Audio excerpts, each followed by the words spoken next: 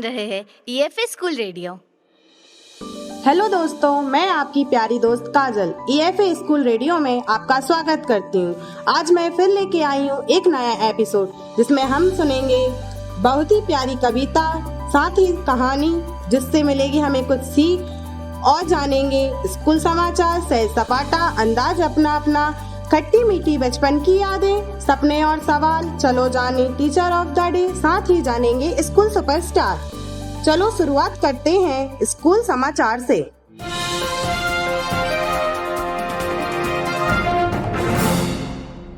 मेरा नाम साक्षी लोधी है। मैं कक्षा 12वीं बायो संकाय से हूँ। मैं प्रस्तुत कर रही हूँ हमारे समाचार। 1 दिसंबर को ऐड दिवस स्काउट गाइड और एनएसएस कैंप की छात्राओं द्वारा मनाया गया था। 2 दिसंबर को ब्लॉक स्तरीय तथा 21 दिसंबर को जिला स्तरीय विज्ञान मेले में रौनक बघेल और निकिता मालवीय ने भाग लिया। 6 से 15 तक अर्धवार्षिक परीक्षाएं संपन्न हुई। 17 तारीख को विद्यालय में पीएससी एग्जाम हुए। इस समय विद्यालय में राज्य ओपन बोर्ड की परीक्षाएं चल रही हैं। अर्धवार्षिक परीक्षा का परिणाम छात्राओं को बताया गया। शिक्षक और शिक्षिकाओं द्वारा छात्राओं को अच्छे अंक प्राप्त करने के लिए टिप्स दिए गए। 22 दिसंबर 2023 को विद्यालय परिसर में संस्कृत के विद्यमान द्वारा संस्कृत को बढ़ावा देने के लिए प्रवचन दिए गए। सरस्वती शिशु मंदिर में छात्राओं द्वारा शिक्षक शिक्षिकाओं को 23 दिसंबर के कार्यक्रम में आमंत्रित किया गया। धन्यवाद। समाचार सुनकर तो आप सभी तरोताजा हो गए होंगे, तो चलो सुनते हैं एक चटपटी कहानी जिससे मिलेगी हमें कुछ सीख। मेरा नाम सोनम सेन है। मैं 12th बायो की छात्रा हूँ। आज मैं आपको एक चटपटी कहानी बताऊंगी। मेरी कहानी का नाम है चींटियाँ और टिड्डे। एक छोटे से पेड़ के नीचे चींटियों का डेला था, जिसमें रानी चींटी और उसके साथ कई चींटियां रहती थीं। सभी चींटियां बहुत मेहनती थीं। वह सर्दियों के दिन आने से पहले ही अपना सारा भोजन इकट्ठा कर अपने घरों में रख लेती थीं। एक दिन जब सभी चींटियां अपना खाना लेने के लिए घरों से बाहर जाती हैं, रास्ते में उन्हें एक टिड्डा मिलता है। वह टिड्डा चींटियों से पूछता है कि तुम सब क्या कर रही हो।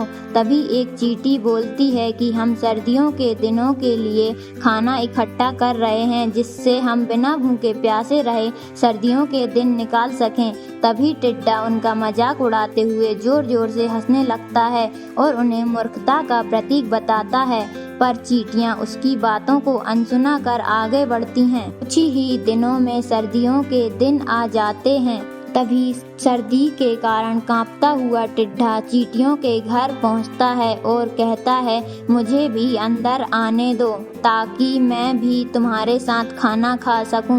मुझे अपनी गलती का एहसास है। अब से मैं भी तुम्हारे साथ समय का सही उपयोग करूंगा। तभी एक नन्ही चींटी बाहर आकर उससे कहती है कि उस दिन तो तुम हमारा मजाक उड़ा रहे थे। तभी टिड्डा बोला, मुझे अपनी गलती का एहसास है, मैं तुमसे क्षमा मांगता हूँ। रानी चींटी उसे अंदर आने का आदेश देती है और उसे अपना खाना भी देती है। टिड्डे को अपनी गलती का एहसास हो जाता है। इसके बाद वह उनके साथ मेहनत करने लगता है और अपने खाना का बंदोबस्त करने लगता है। इस कहानी से हमें यह शिक्षा मिलती है कि हमें समय का सही उपयोग करना चाहिए। समय किसी के लिए रुकता नहीं है। धन्यवाद। वाह, कहानी सुनकर तो हमें मजा ही आ गया। साथ ही हमें बहुत ही अच्छी सीख भी मिली।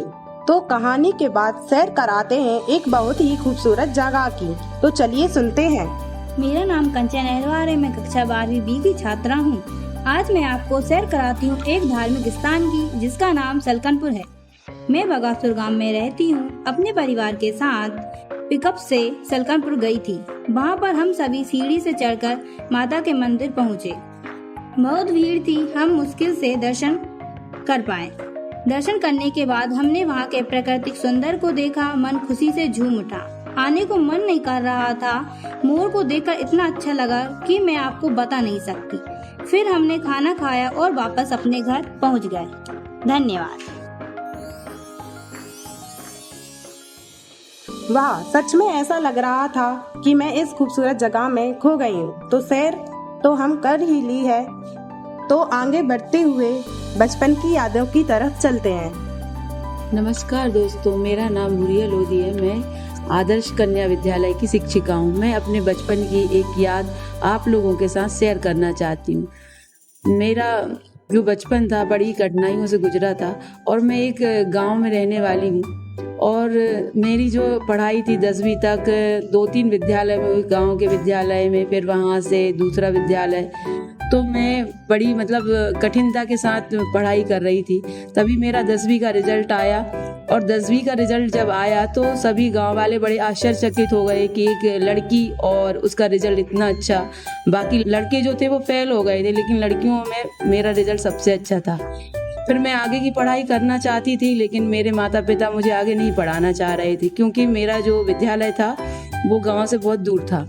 पर बहुत समझाने के बाद मैंने अपने माता पिता को बहुत समझाया कि मुझे आगे पढ़ना है और कुछ करना है जीवन में। तो बहुत समझाने के बाद माताजी तो मान गई, लेकिन पिताजी फिर भी माने ही नहीं।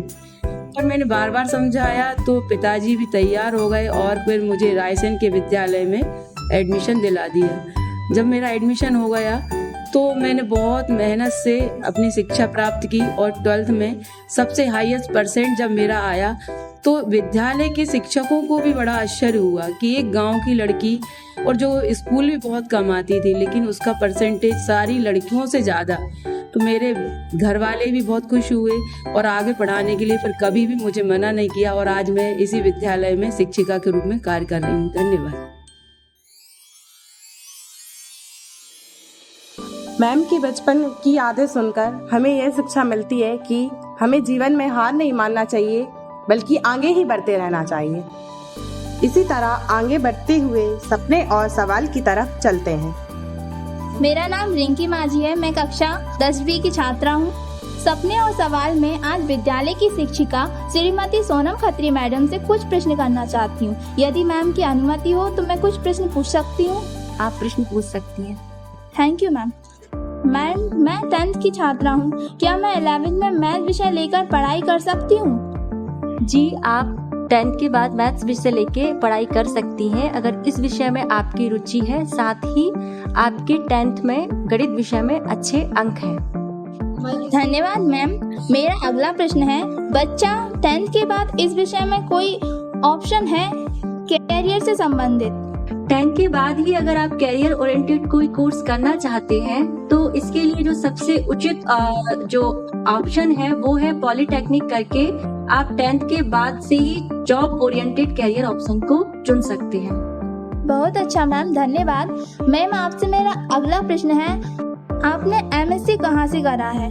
MSc एक्सीलेंस कॉलेज भोपाल से रहा है। साथ ही मैं इस कॉलेज के बारे में आपको सूचित करना चाहूंगी कि ये मध्य प्रदेश का एकमात्र ऑनर्स कॉलेज है जो हमें स्नातक के क्षेत्र में जो हम 12th के बाद करते हैं। तो आप चाहें तो गणित विषय में अगर आप BSc करना चाहते हैं तो BSc ऑनर्स आप मैथमेटिक्स ऑनर्स ले सकते हैं वहाँ पे, और साथ ही इसमें एक सब्सिडरी आप विषय ले सकते हैं जिससे आपका BSc एक बहुत ही जॉब ओरिएंटेड कोर्स बन सकता है। थैंक यू मैम, आपने मेरे प्रश्नों का समाधान किया। मैम, मुझे गणित कठिन विषय लगता है। क्या मुझे 11th में गणित विषय लेना चाहिए? गणित विषय सभी को कठिन लगता है, परंतु आज के वैज्ञानिक युग में गणित विषय बहुत ही उपयोगी विषय है। साथ ही अगर इस विषय को हम जमीनी स्तर से समझने की कोशिश करें तो ये बहुत कठिन विषय नहीं है। मुझे मैम आपकी बातों को सुनकर बहुत ही प्रेरणा मिली। धन्यवाद। चलो जाने के तहत मतदान के बदलते तरीके। नमस्ते, मेरा नाम सृष्टि है। मैं कक्षा 8 की छात्रा हूँ। मतदान के बदलते तरीके। इन दिनों इलेक्ट्रॉनिक वोटिंग मशीन का इस्तेमाल होता है। इसके जरिए मतदाता उम्मीदवारों के बारे में अपनी पसंद जाहिर करते हैं, लेकिन शुरू में इसके लिए दूसरा तरीका अपनाया गया था। पहले आम चुनाव में फैसला किया गया था कि हर एक मतदान केंद्र में प्रत्येक उम्मीदवार के लिए एक मतपेटी रखी जाएगी और मतपेटी पर उम्मीदवार का चुनाव चिन्ह अंकित होगा। प्रत्येक मतदाता को एक खाली मतपत्र दिया जाएगा जिसे वह अपने पसंद के उम्मीदवार की मतपेटी में डालेगा। इस काम के लिए तकरीबन 20 लाख स्टील के बक्सों का इस्तेमाल हुआ। शुरुआती 2 चुनावों के बाद यह तरीका बदल दिया गया। अब मतपत्र पर हर उम्मीदवार का नाम और चुनाव चिन्ह अंकित किया जाने लगा। मतदाता को इस मतपत्र पर अपने पसंद के उम्मीदवार के नाम पर मुहर लगानी होती थी। यह तरीका अगले 40 सालों तक अमल में रहा। सन 1990 में दशक के अंत में चुनाव आयोग ने इलेक्ट्रॉनिक वोटिंग मशीन ईवीएम का इस्तेमाल शुरू किया। 2004 तक पूरे देश में ईवीएम का इस्तेमाल चालू हो गया। धन्यवाद। अब आगे बढ़ते हुए स्वरचित कविता की तरफ चलते हैं। तो सुनिए स्वरचित कविता। मेरा नाम मनीषा अहिरवार है। मैं आज आपको स्वरचित कविता सुनाऊंगी। कोशिश कर हल निकलेगा, आज नहीं तो कल निकलेगा। अर्जुन के तीर सा सद मरुस्थल से भी जल निकलेगा। मेहनत कर पौधों को पानी दे, बंजर जमीन से भी फल निकलेगा। ताकत जुटा हिम्मत को आग दे, फौलाद का भी बल निकलेगा। जिंदा रख दिल में उम्मीदों को, गरल के समंदर से भी गंगा जल निकलेगा। कोशिशें जारी रख कुछ कर गुजरने की, जो है आज समा समा सा चल निकलेगा। धन्यवाद। तो आगे बढ़ते हैं और सुनते हैं अंदाज अपना अपना। मेरा नाम गिरजा बैरागी है। मैं कक्षा 12वीं 12th की छात्रा हूँ। मैं एक भजन गाना चाहती हूँ। वृंदावन की ओ बाकी बिहारी, हमसे पर्दा करो ना मुरारी। वृंदावन के ओ बाकी बिहारी, हमसे पर्दा करो ना मुरारी। हम तुम्हारे पराए नहीं है, गैर के दर पे आए नहीं है। हम तुम्हारे पराए नहीं है, गैर के दर पे आए नहीं है। हम तुम्हारे पुराने पुजारी, हम तुम्हारे पुराने पुजारी। हमसे पर्दा करो ना मुरारी।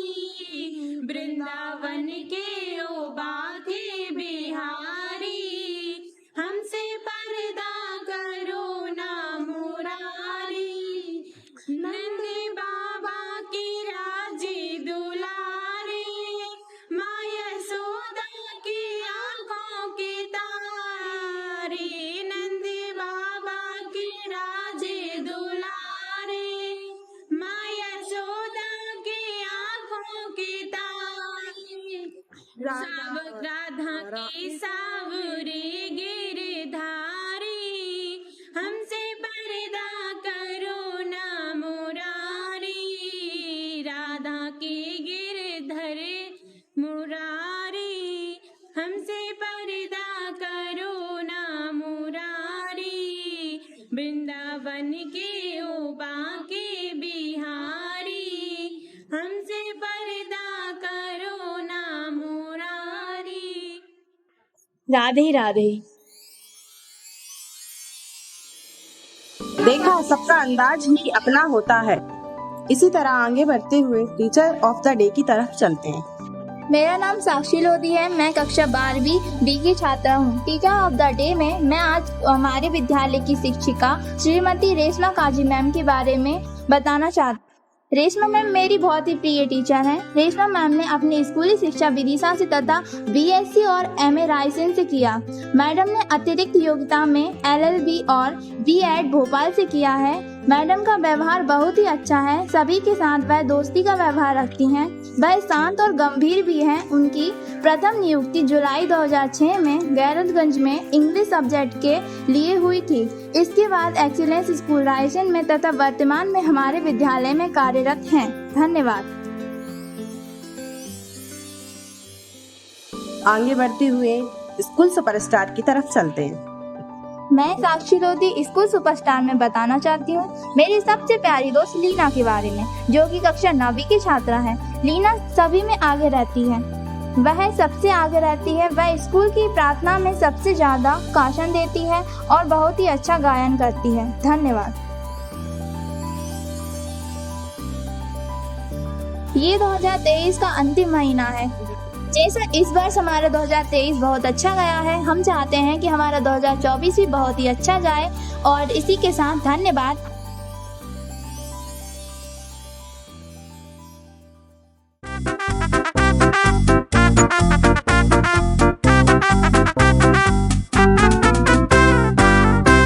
आप सुन रहे थे EFA स्कूल रेडियो।